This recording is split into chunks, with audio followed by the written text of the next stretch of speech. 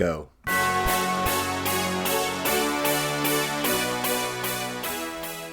What's up, WWE Champions Universe? Welcome to Champions Chat, the fastest growing podcast dedicated to the WWE Champions mobile game. It's 4th of July weekend, and I'm the American Nightmare, Rusty Graves. Whoa! And with me, as always, Mr. America, Lee Brown. What's up, Lee? Here, I thought you were going to go hacksaw. I was like, getting my hoe ready, and then you totally swerved and went to El Grande Americano's father. Jeez. Well, I could have used that. Actually would have been a great one as well. I just thought I should give us the most American names I could think of because it's America's birthday, right? So, right. Yeah. Was Mr. America's identity ever revealed? Or was it? Yeah, they did it weird. Like, so the former alleged who allegedly ran the company at the time and Hulk Hogan had a falling out, and so like they recorded where after a SmackDown Hogan like lifted the mask and did this weird like face, and then McMahon came out on the next episode of SmackDown and literally did a thing, was like, look, he unmasked himself, he's Hulk Hogan, I told him he was gone, that guy's never going to be here again. And then they like moved on because Vince was like so mad at him. But here's the other thing. That is the last run that Hulk Hogan actually wrestled in WWE, which technically means his final WWE matches were as Mr. America. Yeah, it was his best run as well. Best run. The lie detector test. Remember that? Oh my gosh, that is gold. So Lee, okay, so we did a blog read, you and I together. It was this month's, what do we call it? ECW entire contest walkthrough, and you, like a total dingbat, just kept saying, you kept referring to this month's S tier character, El Grande Americano. You kept referring to him as Chad Gable. Okay, so first strike. Okay. That night, literally, 30 minutes later, I turn on Monday Night Raw. I start watching, and Chad Gable's in a sling. He's got an arm injury. Kayfabe wise, right? So totally legitimate injury. Maybe it's real. I don't know. And so the commissioner, what's the commissioner's name? Not Aldis, the other one, the less interesting one. Oh, no, but the other on Raw. Yeah, I know it. I'll think of it here in a second. It's not Michael Cole. See, if I can only think of Nick Aldis and Michael Cole, you're not very memorable. You're not very memorable. So whatever, is it Pierce, Adam Pierce, Adam Cole, Adam Pierce. Okay. So Adam Pierce pops up and he says, well, I guess we won't see your old friend El Grande Americano tonight because Chad Gable's got this serious arm injury. And then moments later, a El Grande Americano appears with no sling on his arm, and yet he's about 6'1". And it was like stunning to the what are they called? American Made. They're all so confused. Like, what? So they had no idea, at least in kayfabe world, right? So like, Chad disappears. This gallant giant, right, shows up. Ooh, I like that. And because of your constantly calling Grande Americano Chad Gable, it made it the funniest moment maybe in the history of Raw, because I was like, see, Lee, I knew it. You are wrong, sir. You have just showed yourself to be as unsavvy of a wrestling viewer as you could ever be. Oh, well, I guess I will admit defeat publicly here. Yeah, it was so perfect that it was like within an hour's time that we recorded that. And then I'm watching Raw, and I even text you. I was like, "Oh my gosh, you won't believe!" Gable and Americano were seen simultaneously, and Americano is now over 6 feet tall. So All I can say is I hope we get some new gear for Ludwig Kaiser in the game. I don't know why that's not related to anything right now. I'm just thinking Oh out loud. no! Is that so we haven't talked WWE TV in a long time. We haven't. Was that revealed? Because I don't think I actually saw how that story evolved later in the show. I'm pretty sure we turned it off and went to bed. Gotcha. So was anything shown or proven or was there an unmasking? How did they resolve that moment? I don't think they did. I think they're just leaving it hanging. I think they're gonna have Ludwig carry on the Grande gimmick, and then when Chad Gable comes back, we'll see if he gets shorter again. Just they'll do like the twin magic from the Bellas, where there's two Grande Americanos, I can't tell them apart. The WrestleMania Doink mirror matchup. Yeah, exactly. Where Doink is looking at himself. So Lee, last episode, you and I had a conversation on the fear of missing out. The fear of missing out. And we would call that FOMO. And I think, and I'm not being, I say this in all humility. I think it was a conversation that we had that actually generated more feedback than our typical episode on Discord. And a couple of times it was mentioned in like some voice chats I was in. The community really seemed to resonate with the concept of FOMO affecting them, or the reality that the fear of missing out does affect them. And so particularly, how did the community voice this feedback? One, which I thought was very, very funny.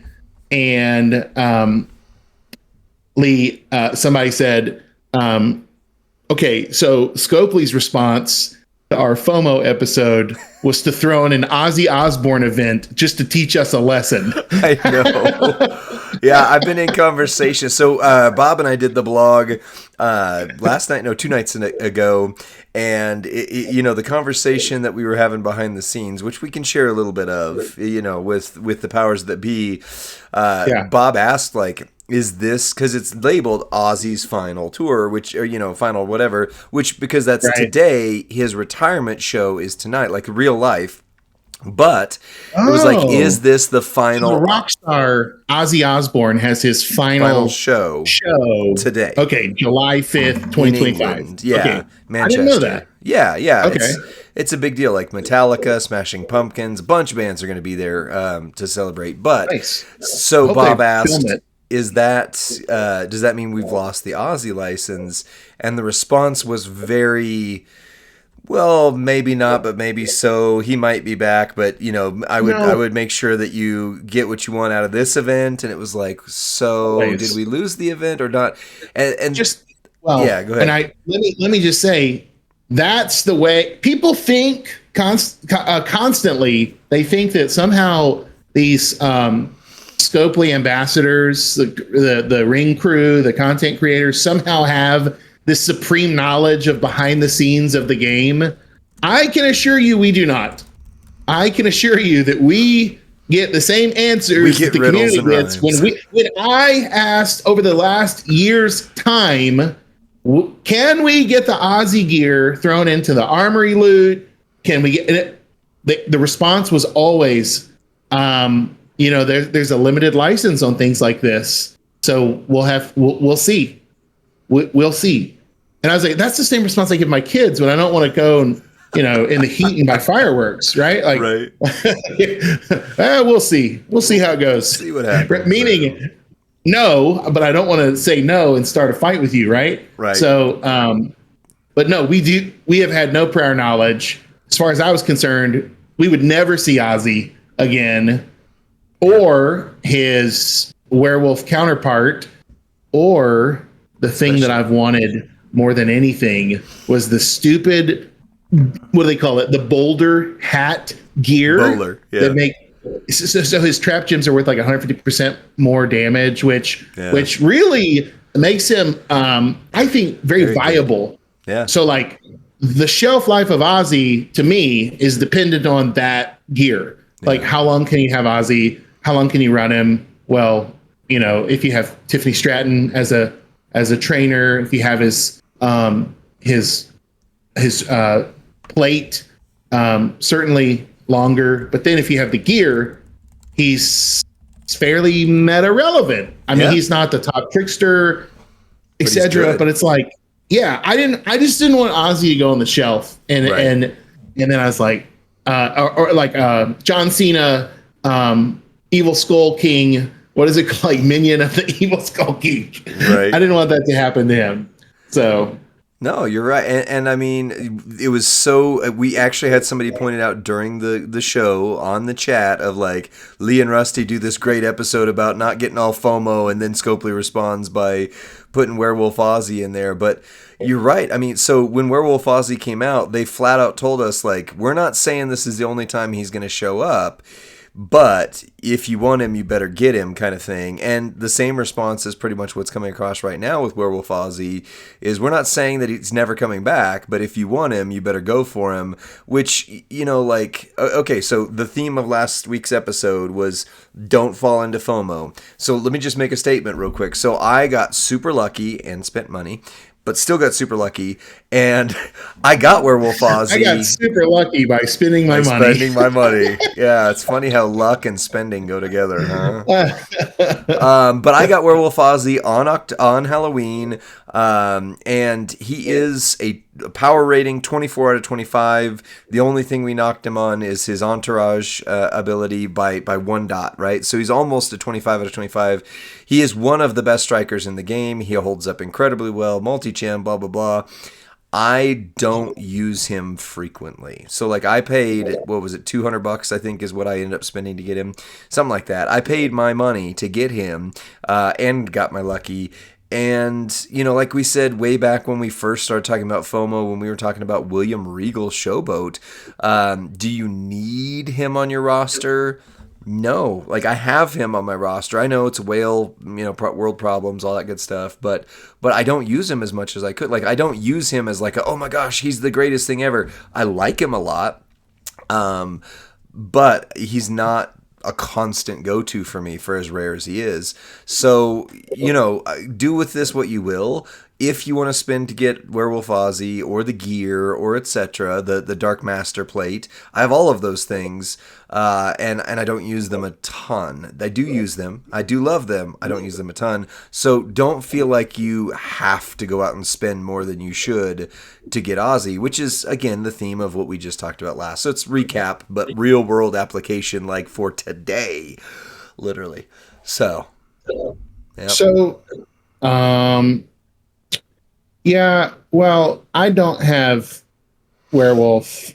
I don't have the Ozzy gear. Got the Dark Master. But I do.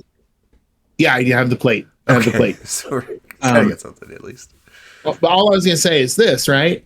Okay, this brings me to the point of I really like Ozzy. I really like rock music. I really Black Sabbath and Ozzy Osbourne were a big part of my musical catalog as a young man.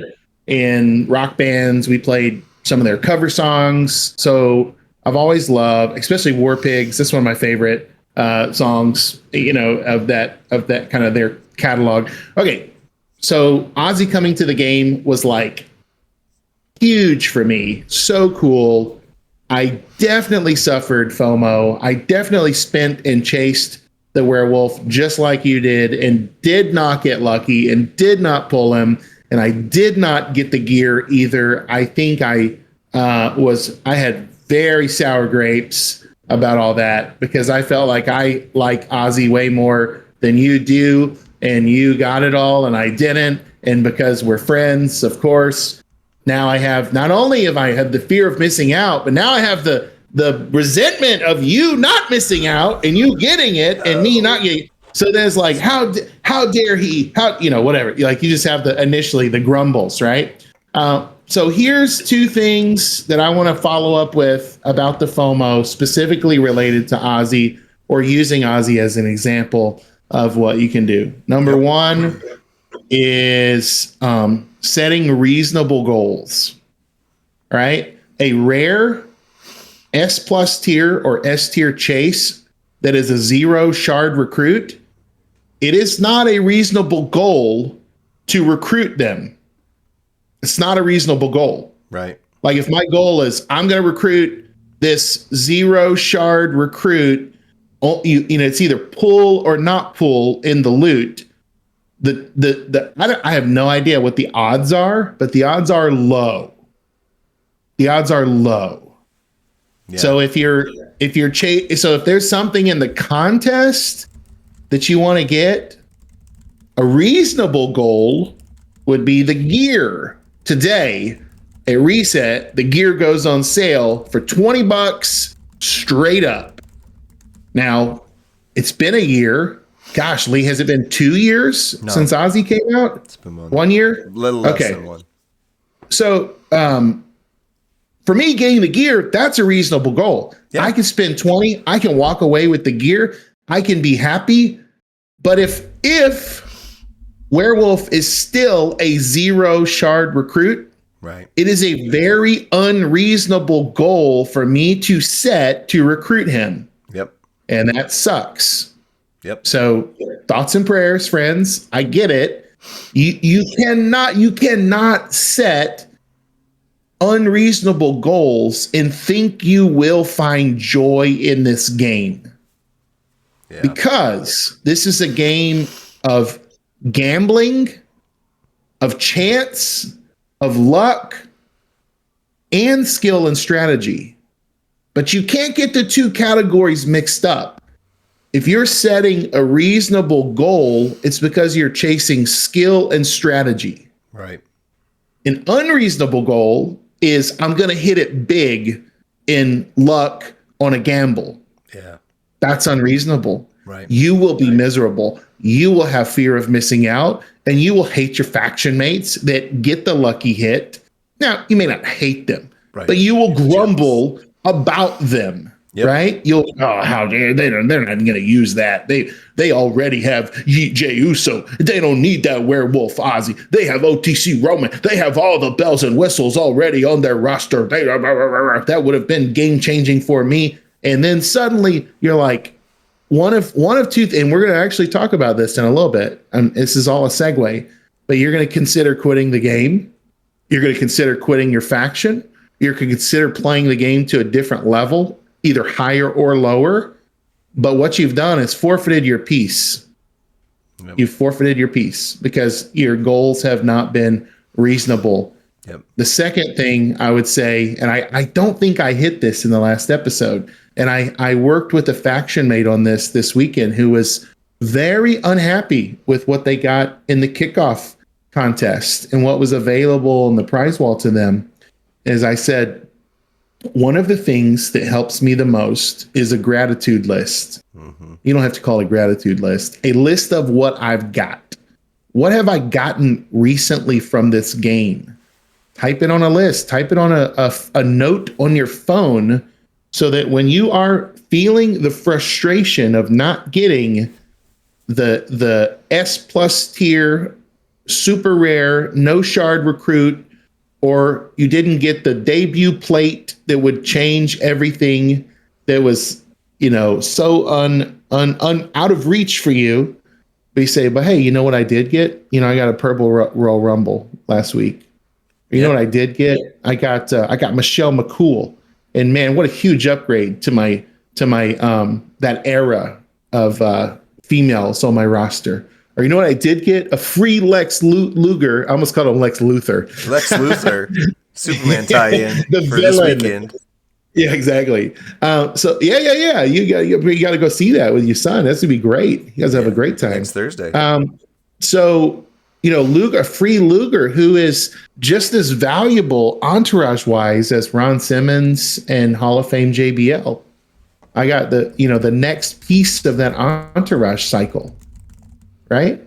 Was Bark at the Moon Ozzy a faction contest? To my knowledge, I think it was polls only. I think it was a spin contest, and right. I think at a certain milestone, if your faction hit it, it was a faction spin. Yeah. they could get Bark at the Moon, and I think maybe one faction hit that. I think that was the one if that I only remember, Woken got, if I remember correctly.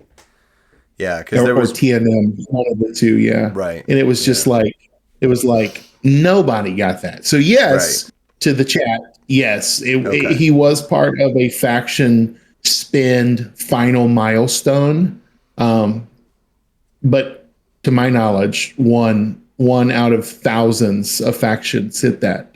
So, Right. um, Yep. okay, No, I that's my soapbox spiel. right. That's my anti-FOMO. Lee, what say you? And then we'll We'll talk move about on. when the FOMO gets the better of you and you Right. quit. Yeah. So yeah, I've got a few different people who are in my DMs every once in a while, and saying like, "Oh, I spent, name a number, doesn't matter, $100, $300, $500, Right. and I didn't get name this weekend's S plus tier character, right? Not this weekend's, but that whatever." And I've said to them multiple times, like, "Hey, the way this game is designed, the S plus tier character is typically designed to cost $1,000 to $2,000 unless you get very lucky, and they get Or very." Go ahead.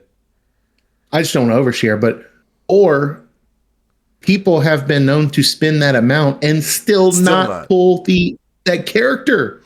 Yep. There have been empty-handed people that spent yeah, anyway. So Yeah. that's a reality too.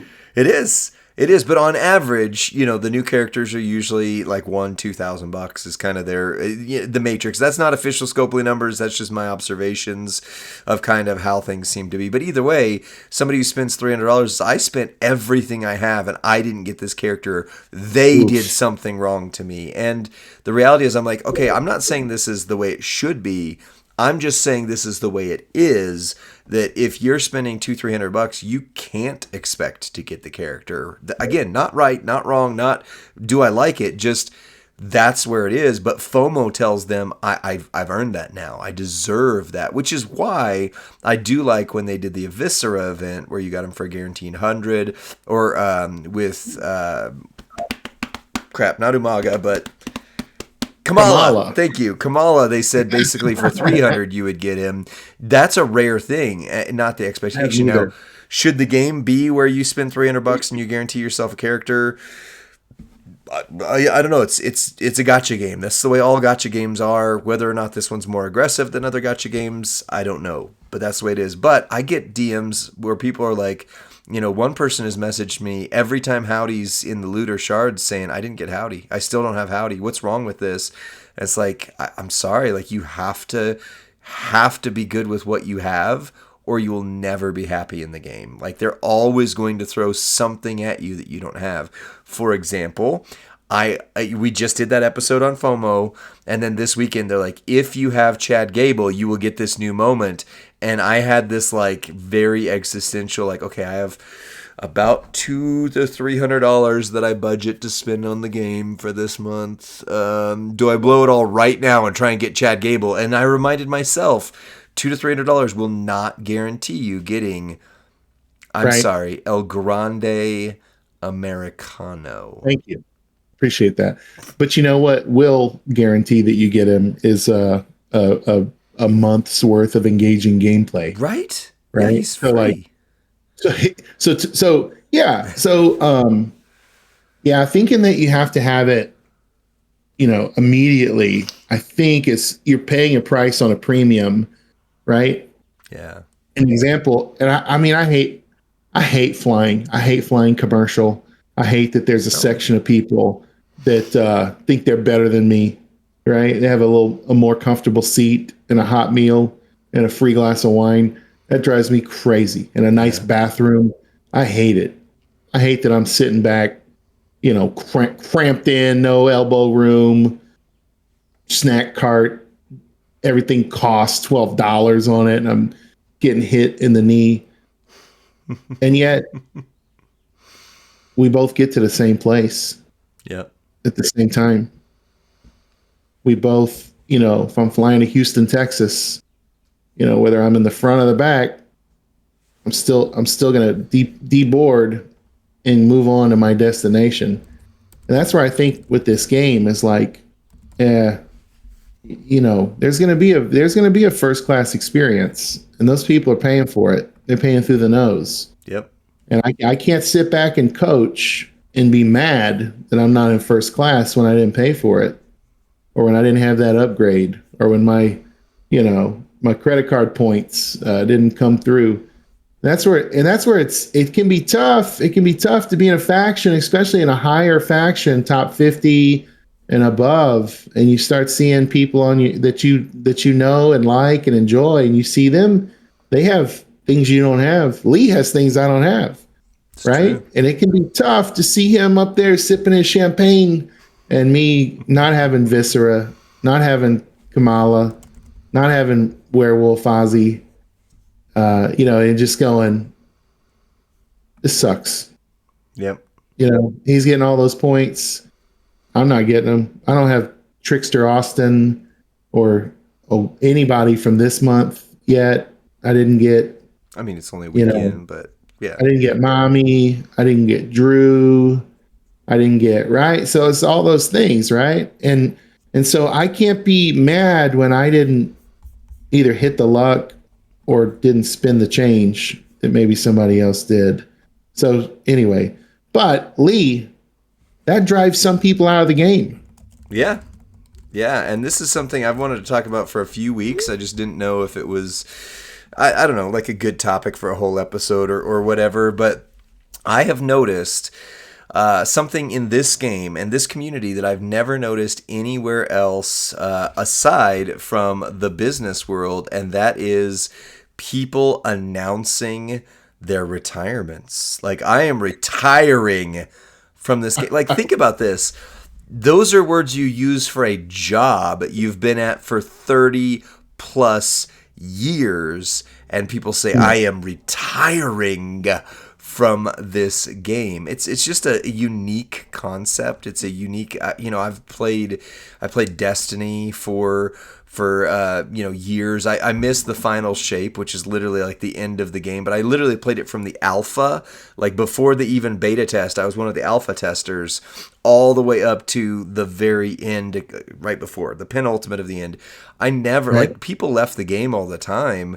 I never had anybody say I'm retiring from playing Destiny. I'm retiring from playing Final Fantasy. I don't know. In your Magic the Gathering world, do people announce their official retirement and get like a gold watch if they were there for 10 years? And all? Like, I don't know. It's interesting to me. That is a good question. Magic has a funny way of guys that quit and liquidate their cards. They seem to always have regrets and want to come back after a few years, and then they go, "Oh man, my cards would have been worth so much if I would have kept them." So there's definitely a game fatigue in Magic, and there's definitely people that take a break. Do they announce it? As a retirement, specifically as a retirement. I'll say no. Okay. And part of the reason I think is because Magic is a solo game. It's an individual game. And so no one's relying on me or counting on me. There's not a faction component to Magic. It's 1v1 or kind of like a 4-man pod. So like it's interesting where maybe it's because there's factions and because you're grinding common goals. I don't know why they use the term retirement, but I would say no, Magic doesn't have quote unquote retirement and no retirement speeches, I'm not knocking anybody who gives one, by the way. It's just a weird, unique phenomenon. I've noticed it in this game. The other thing I've noticed, we'll talk about in a moment, is most of the people who retire come back. I end up seeing them in factions later on. Like, especially, we've had a few people who are like, I'm retiring, I'm quitting the game, I'm leaving. And then you like look them up in the faction portal finder, or not the faction, the portal finder. Right. And you'll see, oh, they're in another faction 2 weeks later. They came back. Wait a second. You just went to a cream of the crop. What's going on? You didn't retire, or you went over to off the top rope, or you went to Battletoads. You heard the legends. That is funny. And that's kind of a feel bad. That's kind of a feel bad, right? Yeah. Where you see, hey, they didn't really retire, and in fact, they are. It was like more of a divorce than a retirement, right? It's more of a breakup. We got dumped, and now they're with this new family. This person that I spent all this time with is now with a new family. Yeah. So, it's weird because, like, in other, like, what Ash Kaneok Sliver, I apologize for anyway, what they just said. It's supposed to be Ashiok, which is a magic planeswalker, and Sliver, which is a type of creature in Magic. I'm assuming that's what that screen name is. I could be. Maybe. But either way, like what they said on there is like in Magic or in a lot of other games, you just burn out, you drop off for a while, you play casually. There's something about this game, and here's the positive spin side of this that I wanted to get to with it, is there's something about this game that you actually feel, one, like you said, like you're in a family. Two, like it's something that, you can't just walk away from without having to let people in the community know, but because you've built up that community. And we've said it before, a lot of people play this game as much for the community as they do for the FOMO, which is weird. Again, like for example, I bought Final Fantasy VII Rebirth, the second part, on my birthday a year and a half ago, 2 years ago, whatever it was. I still have not played that game. This is the first time I've said that to anyone. I didn't go to the Final Fantasy community and say, sorry guys, I bought the game, but I've just been too busy. I haven't played it. But if I miss a day, I go on the faction server and it's like, guys, which I haven't, by the way, that's a problem. But I've never missed a day in the game since I started playing. But if I did, I would go into my faction server immediately and be like, I'm so sorry guys, I missed something. I'm doing better. It's a weird mix of accountability, family, and I like it. There's, if it wasn't for the factions, if it wasn't for the friends that we've made in this game, I'd probably still be playing it, but I don't know that it would be we'd have built a large portion of our weeks around making content and things. You know what I mean? I don't think it'd be where it is for us. So it's weird. It's just a weird phenomenon. So Rusty, what do you think makes people feel they have to retire from the game as opposed to just take a week off and don't play it? What is it about this that you have to go full gold watch? Man, that's a great question. Well, I mean, and I don't want to be dramatic or use hyperbole here. In some sense, I think there are people that convince themselves that they need an out. Yep. And that they need to stop spending, and that they need to stop spending so much time in the game. And rather than establish whatever, let's say some boundaries or some protocol or it's like cold turkey, I'm out. Yep. Which I think does feel freeing when you do that. And yet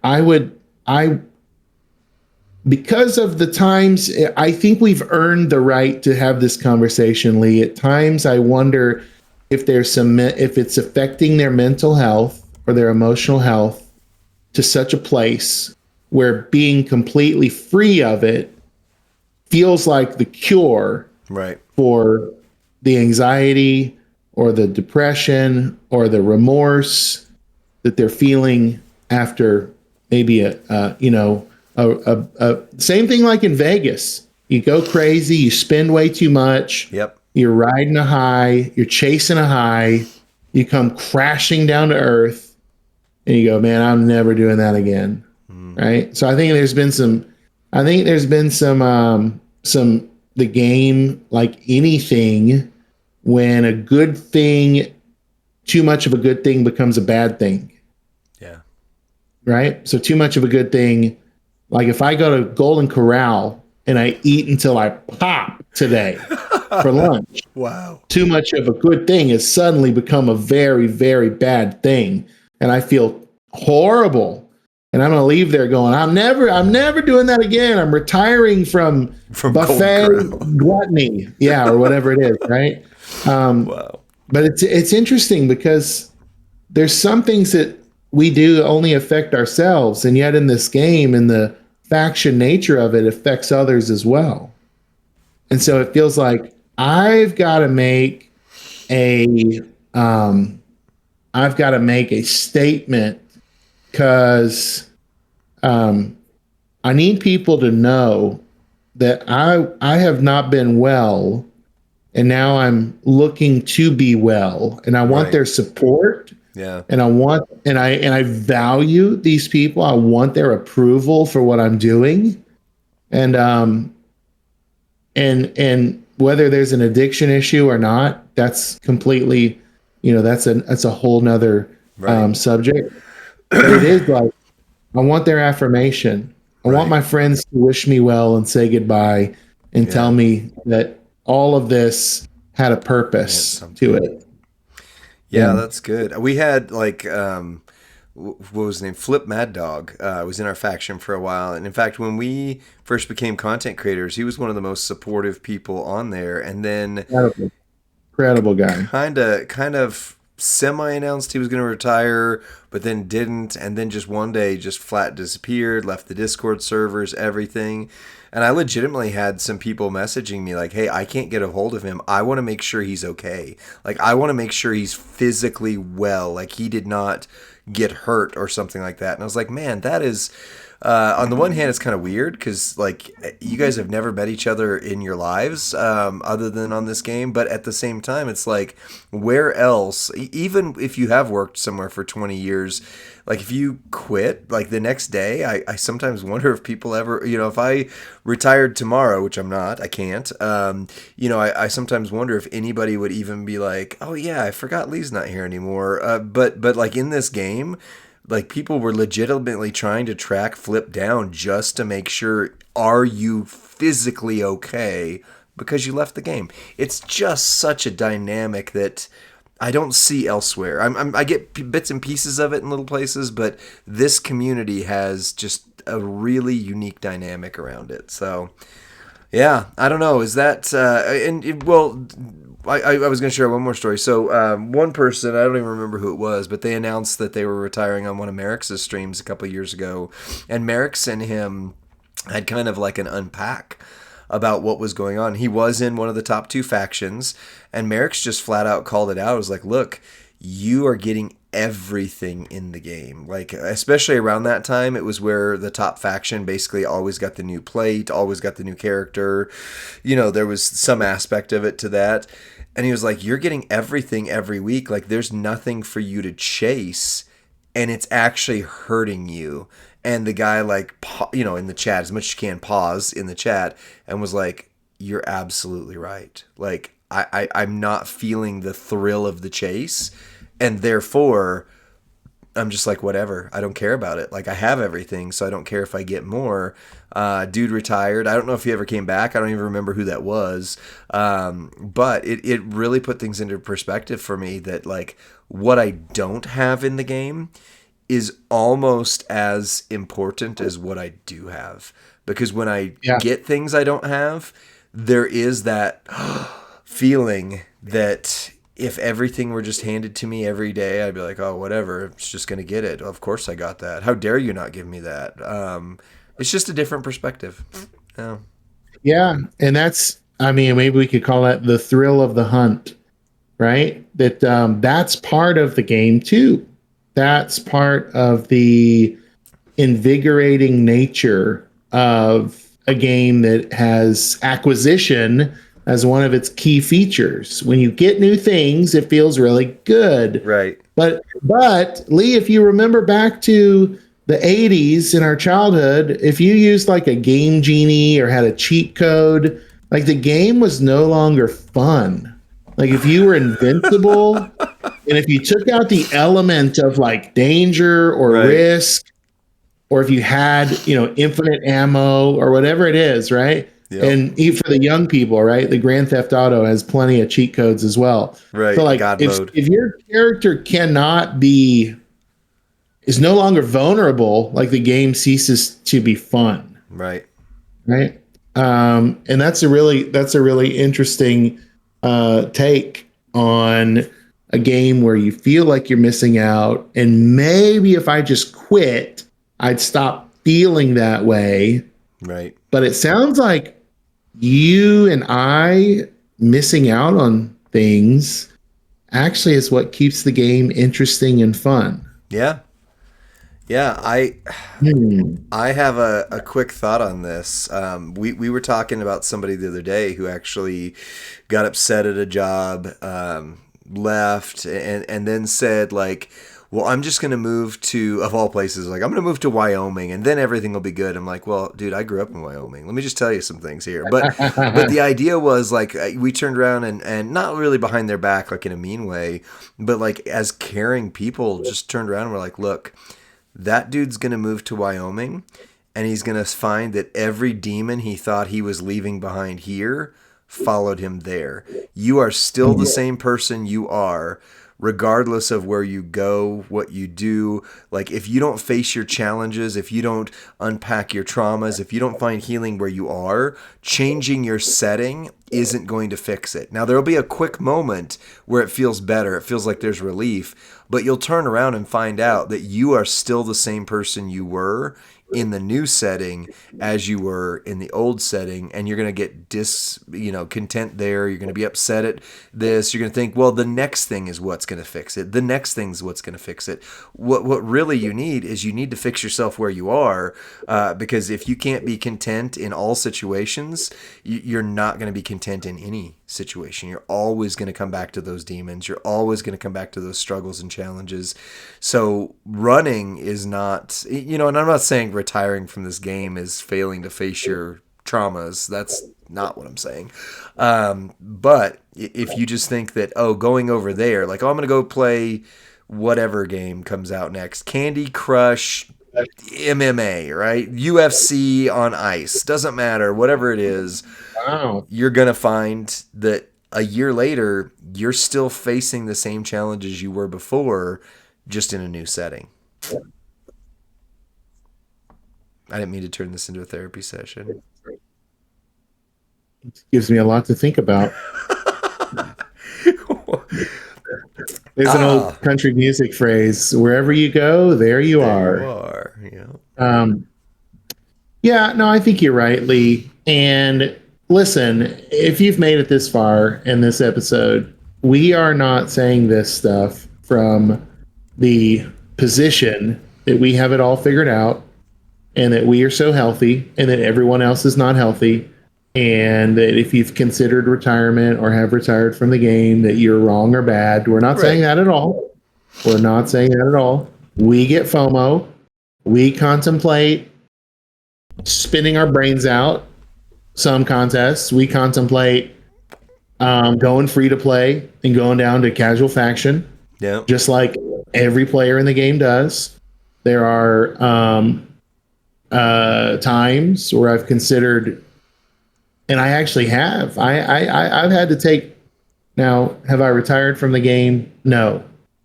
But have I had to make changes to my schedule and what I could do in the game or what I could do with the game? For sure. And I did set it down for like, I don't even remember. I mean, probably a year and a half at least, maybe 2 years. I just set the game down. I came back through a mutual friend, got me reconnected with Lee.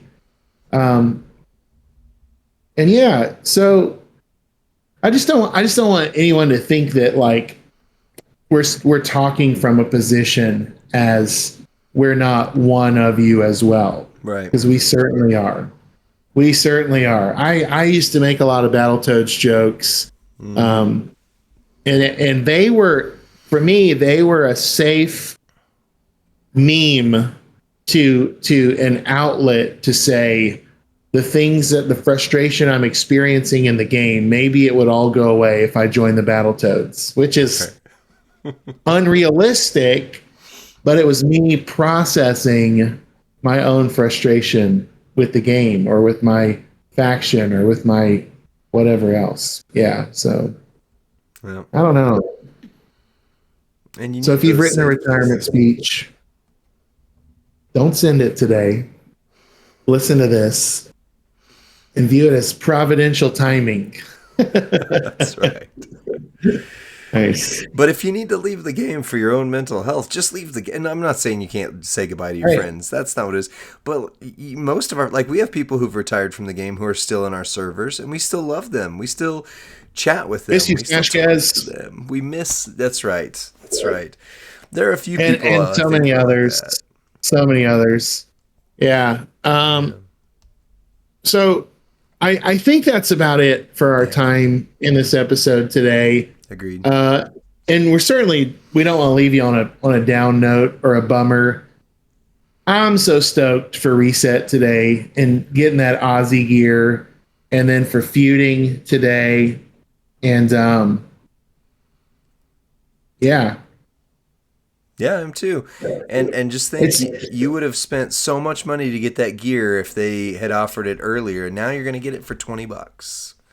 Well, okay, and I don't want to say this person's name because what they wrote was so special and so beautiful. But I think this is the note we should end on today. Okay. Is this. A person in the chat wrote, "This is my only family that I have left since my dad passed away earlier this year."